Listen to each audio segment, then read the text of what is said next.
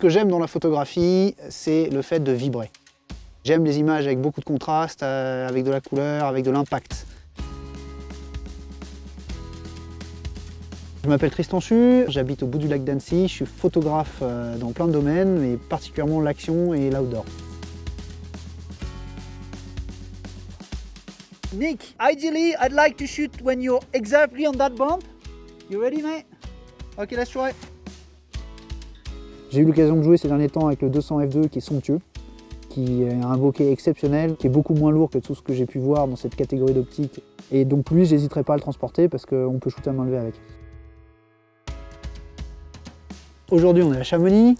Chamonix, c'est un endroit complètement magique, basé en Haute-Savoie, où on a le Mont Blanc à portée de main, le plus haut sommet d'Europe, avec des paysages à couper le souffle.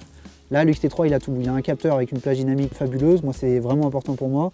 Il a l'autofocus qui permet, avec plein de scénarios différents, qui permet vraiment d'utiliser les optiques à pleine ouverture. Et puis j'apprécie toujours autant d'avoir beaucoup moins de poids dans mon sac à dos. Par défaut, en shutter mécanique, on est à 11 images secondes, le focus suit à 11 images secondes et on n'a pas besoin du grip. Ensuite, quand on bascule en mode électronique, on va jusqu'à 20 images par seconde, ça c'est énorme. 20 images par seconde, sans crop, sans rien, avec l'autofocus qui suit, sans rolling shutter. Je l'ai testé, il n'y a pas de rolling shutter dans ce mode-là. Et enfin, si vraiment on veut avoir encore plus, on peut aller jusqu'à 30 images secondes avec un léger crop. Ce que j'aime beaucoup dans ce nouveau capteur, c'est les 2 millions de pixels à détection de phase. Ça couvre tout l'écran maintenant, ça veut dire qu'on peut mettre son point de focus absolument où on veut. Ça veut dire que le focus en suivi peut suivre votre sujet sur l'ensemble de la surface. C'était pas le cas avant. Alors qu'avant, on était à 60% de l'image, donc une sacrée évolution. C'est vrai que maintenant, comme il charge par USB-C, on peut facilement connecter un chargeur externe et là, il n'y a plus de limite. Aujourd'hui, c'était pas simple au niveau de la météo. On a shooté des situations où les riders passaient extrêmement près de moi très vite, au grand angle, un peu plus loin jusqu'au 200 mm. Donc j'ai varié entre les différents modes rafale et les modes autofocus.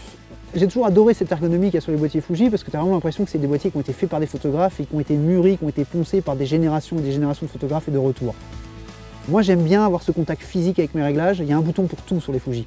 Et ça veut dire que quand je suis dans mon shoot, dans mon viseur, j'ai pas besoin de sortir l'œil du viseur, j'ai tout à portée de main, je sais où ça se passe. Alors le X-T3, le problème c'est que ça va être très compliqué de vous le rendre.